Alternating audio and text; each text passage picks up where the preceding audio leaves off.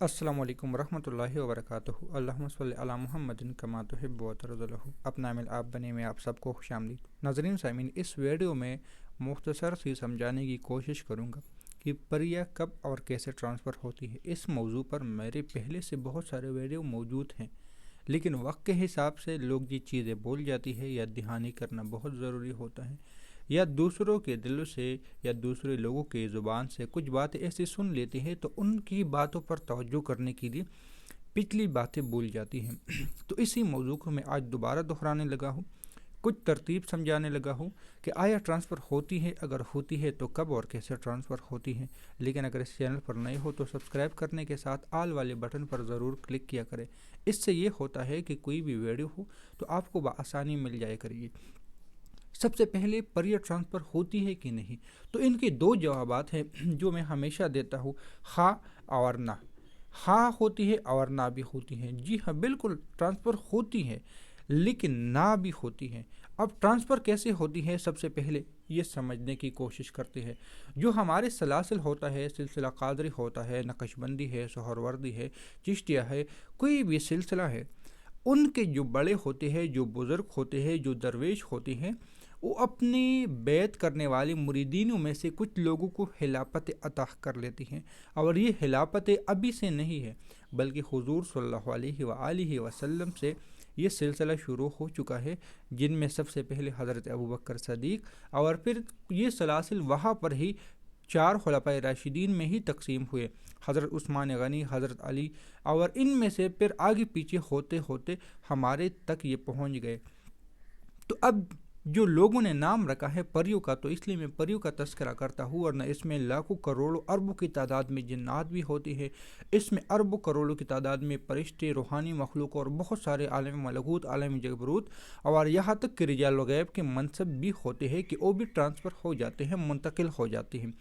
لیکن یہاں پہ جو مسئلہ ہمارے درمیان اٹک چکا ہے، آ چکا ہے، وہ کچھ اور ہی ہے، کچھ اور ہی بات ہے۔ تو پہلی بات کہ یہ ٹرانسفر ہوتی ہیں، لیکن ان لوگوں کو جس طرح حضور صلی اللہ علیہ وآلہ وسلم نے حضرت ابوبکر صدیق رضی اللہ عنہ کو ایک ذمہ داری دی، جس ذمہ داری کو ہم کہتے ہیں خلافت۔ اس خلافت میں یہ تھا کہ حضور صلی اللہ علیہ وسلم نے اپنے علم، جو درویشی فقیری علم تھا، کیونکہ علوم مختلف علوم ہیں، ان میں سے علماء بھی تھے، ان میں سے درویش فقیر بھی نکلے، یہ بہت کم لوگ جانتے ہیں، اور اس پہ بدقسمتی سے بہت کم تذکرہ ہوتا ہے کہ یہ 2 طبقات تھے، کہ ان میں سے حضرت ابو ہریرہ رضی اللہ عنہ کا ایک حدیث بھی ہے کہ حضور صلی اللہ علیہ وسلم نے مجھے 2 علوم دیے، اگر ایک علوم کو میں بیان کر لوں تو لوگ واہ واہ کہیں گے، لیکن اگر ایک علوم کو میں بیان کر لوں تو لوگ میری زبان کو نکال کے کاٹ دیں گے۔ تو وہ دوسرا علوم ہی یہی تھا کہ یہ مسئلے ابھی سے نہیں ہے، تب سے ہی شروع ہو چکے ہیں، حضور صلی اللہ علیہ وسلم کے دور سے ہی یہ شروع ہے،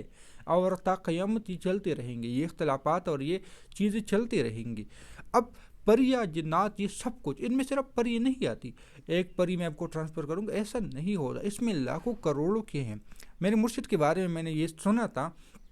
اور سنا ہے کہ جب ان کے یعنی دادا مرشد کا انتقال ہو رہا تھا، تشریف فرماتے دوسری دنیا میں جانے والے تھے یا پردہ فرمانے لگے، تو تب انہوں نے جو ان کو موکلات دی تھی، مرشد ہمارے مرشد ہے، جو میرے مرشد ہے، ان کو جو موکلات دی تھی اس کی تعداد 5 کروڑ کی آس پاس بتائی جا رہی تھی، یا 5 لاکھ کروڑ، اس طرح کوئی تعداد تھی کہ یہ ان کو منتقل کیا تھا، ٹرانسفر کیا تھا، خلافت دی تھی، سلاسل کی جو توجہات ہوتی ہیں، اور کرتے کرتے یہ ابھی ان گنت ہو چکی ہیں۔ تو ایک ٹرانسفر یہ ہوتی ہے، یہ بات یاد رکھ لینا، جس میں کوئی غرض نہیں ہوتی، کوئی تمنا نہیں ہوتی، اور یہ ہوتی ہے اور 100% ہوتی ہے۔ ان میں سے اکثر بعض دفعہ خلافت کی بجائے مرشد اپنی مرید کو ایسی ہی کسی وجہ سے خوش ہو کے عطا کر دیتا ہے، تو یہ بہت کم لوگوں کو ہوتا ہے، اور اس مرشد کی پھر یہ ذمہ داری موت تک یا تا قیامت تک ہوتی ہے کہ ان کو جو چیز میں نے عطا کی ہے، یا اس کو تو سنبھال کے رکھے، اگر یہ غلطی کر لے تو میں اس سے واپس لے لوں۔ تو یہ 2 چیزیں ہوتی ہیں، خلافتیں بھی چینی جاتی ہیں، اور یہ چیزیں جو ٹرانسفر کی جاتی ہیں یہ بھی چینی جاتی ہیں، لیکن یہ بغیر لالچ کی ہوتی ہیں، بغیر طمع کی ہوتی ہیں، اور یہ بڑوں کی اجازت سے دی جاتی ہے کہ اب تم نے ان چیزوں کے ذریعے امت کے لیے نفع دینا ہے، امت کو فائدہ پہنچانا ہے، نقصان سے بچانا ہے۔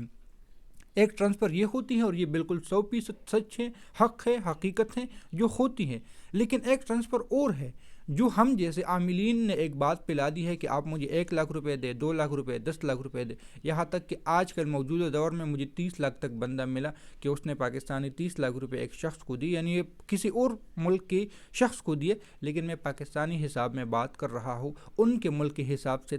10 لاکھ روپے بنتے تھے، جو کہ ہمارے پاکستانی 30 لاکھ روپے بنتی ہیں۔ تو میں ملک کا نام لینا مناسب نہیں سمجھتا ٹرانسفر کے نام پہ کہ میں آپ کو ٹرانسفر دے دوں گا، میں آپ کو جن دے دوں گا، پری دے دوں گا، اور آپ کے پلاح کام بھی کر لے گا، آپ کے لیے خزانے لا کے دیں گے، آپ کے لیے یہ لا کے دیں گے، آپ کے لیے یہ لا کے دیں گے۔ دیکھ، عملیات ایک شعبہ ہے، میں اس کا انکار ہی نہیں ہوں، لیکن اگر ایسا جن ہمارے پاس آ جائے تو پھر ہم لوگوں کو کیوں پریشان کر لے؟ ہم اپنی جو ٹائم دیتے ہیں جنات کو تسخیر کرنے کے نام پہ، ان سے جو ہدیہ لیتے ہیں وہ کیوں لینے لے، جن سے ڈائریکٹ کیوں نہیں لیتے؟ یہاں پہ میں اور موضوع کی بات کر رہا ہوں، ورنہ ہدیے کا اپنا ایک لیول ہے، ایک مقام ہے، میں اس کو انکار ہی نہیں کر رہا، لیکن یہاں پہ بھئی اگر ہم آپ کو جن دے سکتے ہیں اور آپ کو خزانے لا کے دے سکتے ہیں، یہ بھی حقیقت ہے، لیکن آج کل جو آپ کو سوچ ہے اس کو بتا رہا ہو، تو ہم اپنے لیے کیوں نہیں نکال دے؟ ذرا لوجک کو بھی تو دیکھ لینا، ہم اپنے لیے کیوں نہیں کر لے؟ ہاں یہ بات ہے کہ جن کو مل جاتے ہیں ان کو نکالنے کی ضرورت نہیں پڑتی، ان کا دل نہیں کرتا، اور یہ بھی سچ ہے۔ تو یہاں پہ ایک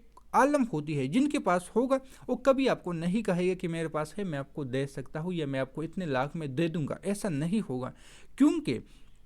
جس نے تسخیر کی آئندہ اس کو تسخیر ملے گی نہیں، کیونکہ وہ تو تجارت کرنے لگا، اور جس کو تسخیر دی ہے ان کے پاس وہ خوش ہے اور ناخوش ہے۔ تو ایسے بہت سارے معاملات ہوتے ہیں، جن کے پاس ہوتی ہیں وہ پیسوں کے نام پہ بیچ نہیں سکتا۔ ٹرانسفر ہو سکتا ہے، یہ نہیں کہ نہیں ہو سکتا، لیکن بیچ نہیں سکتا، کیونکہ اس کو رکاوٹ آئے گی، اس کو منع کریں گے، اس کو بہت ساری تکلیفوں کا سامنا کرنے پڑے گا، کیونکہ وہ پیسے عارضی ہو گئے، وہ پیسے لگ جائیں گے۔ لیکن جو چیز ہے آپ کے ہاتھ سے چلی جائے تو کوئی بھی ایسا شخص جو محنت تو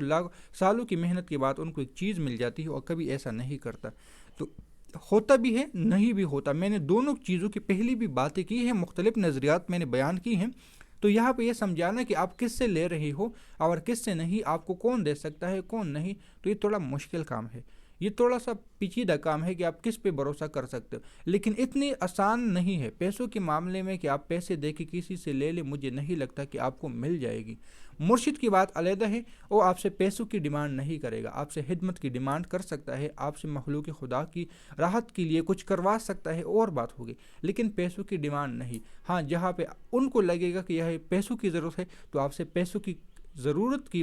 آپ سے کہہ سکتے کہ یہ پیسے یہاں لگا لو، تو یہ چیز آپ کو مل سکتی ہے، لیکن بظاہر کسی کو دینا یہ کچھ عجیب سی معاملات ہے، کچھ عجیب سی باتیں ہیں، تو ہوتی بھی ہیں نہیں بھی ہوتی، یہ آپ لوگوں پہ ہیں۔